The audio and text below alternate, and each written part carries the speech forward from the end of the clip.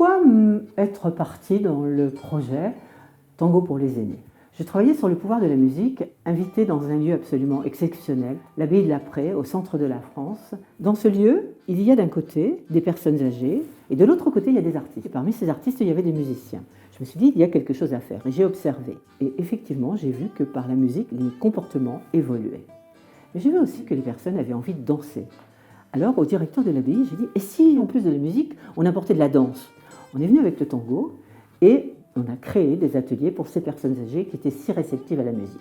Parce que, vous savez, il y a une douzaine d'années, quand on entrait dans un EHPAD, bien souvent, on avait des gens qui étaient tristes, qui étaient dans la salle d'entrée, qui attendaient. Maintenant, quand vous entrez dans un EHPAD où on intervient, il y a de la musique, il y a de la joie, il y a de la danse. Alors, comment on en est arrivé là? Donc, notre projet, c'est toujours une formation, tout d'abord, à l'Université de Bourgogne.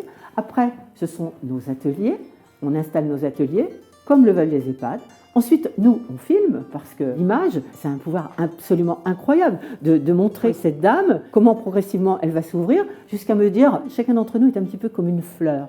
Il ne sait pas ce qu'il a à l'intérieur de lui-même, mais il va s'ouvrir et ça va lui permettre d'éclore sa vérité.